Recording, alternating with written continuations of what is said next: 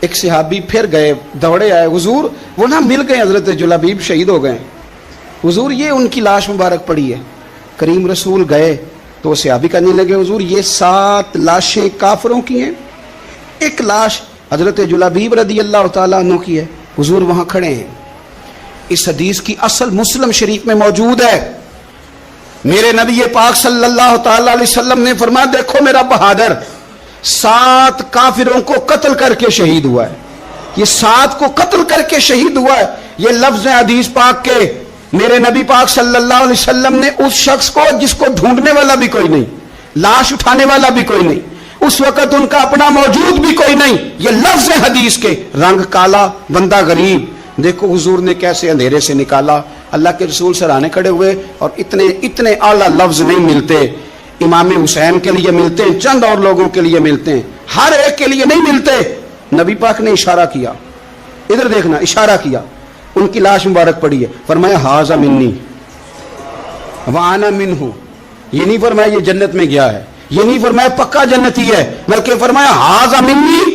لوگوں کا خیال تھا انہیں تو ڈھونڈنے بھی کوئی نہیں گیا تھا, ان کی تو خبر لینے بھی کوئی نہیں گیا, ان کا تو اپنا بھی کوئی نہیں تھا, لیکن وہاں کھڑے کھڑے حضور نے فرمایا, میرے غلاموں سنو, تم اس کا رنگ کالا سمجھتے ہو, تم اسے لوارس سمجھتے ہو, ھذا منی وانا منہ.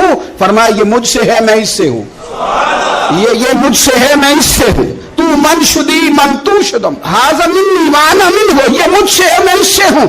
صحابہ کہتے ہیں وہ نا الفاظ کیا میٹھے تھے, کانوں میں گھوم گئے. اب اس کا کیا ترجمہ کریں؟ سونے نے بتا دیا یہ میرا, میں اس کا, یہ میرا غلام, میں اس کا آقا, یہ مجھ سے, میں اس سے. قبریں تیار ہو گئیں, سب اپنے اپنے شہیدوں کو قبروں میں دفن کرنے لگے. کہتے ہیں ان کی باری بھی آئی تو کچھ صحابہ نے انہیں بھی اٹھانا چاہا تو حضور نے فرمایا ہٹ جاؤ, تمہیں بتایا نہیں ھذا منی, میرا ہے, پیچھے ہٹو نا, قربان جائیں.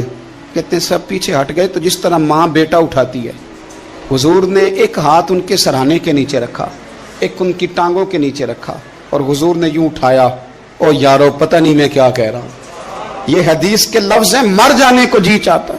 حضور نے یوں اٹھایا, پھر نبی پاک اکیلے لے کے قبر میں اترے. میں نے جب حدیث پڑھی تو میں نے نا اس کے حاشیے میں ایک جملہ لکھا ہے, جب حضور نے اٹھایا نا تو یقیناً نبی پاک صلی اللہ علیہ وسلم نے ماتھا بھی چوما ہوگا, یقیناً حضور نے پیار بھی کیا ہوگا. حضور نے قبر میں لٹایا تو میں نے نیچے ایک حاشیہ لکھا ہے, میں نے کہا حضرت جلابیب, لوگ تو جب مٹی ڈالتے ہیں تو مدینے والے آتے ہیں نا, تجھ سے کیا حساب کتاب ہوگا, مٹی ڈلی نہیں اور اللہ کی ساری رحمتیں پہلے قبر میں پہنچ گئی. قبر میری تے میرے اب پیرا جے کر پامیں پھیرا, قبر دے اندروں ہڈیاں اٹھ کے مجرا کر سن تیرا. کیا کہا بریلی کے امام نے, کہنے لگے ماہ مدینہ اپنی تجلی عطا کریں. یہ ڈھلتی چاندنی تو پہر 2 پہر کی ہے, یہ ڈھلتی چاندنی تو پہر 2 پہر کی. میرے دوستو, نہ دائیں بائیں بھیک مانگو, نہ چاپلوسیاں کرو دنیا داروں کی, نہ ادھر ادھر بھاگو.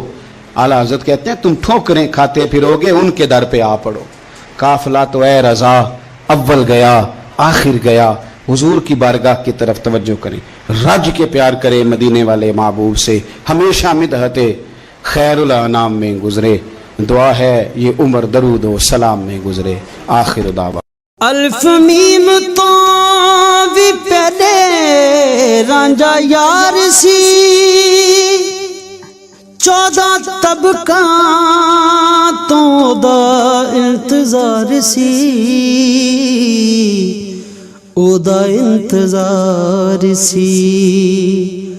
دکھ اپنے جدائی والے پھولی, نیویڑے ساڈے رب آ گیا پالی جان کے. مائیں نا مندہ بولی, نیویڑے ساڈے رب آ گیا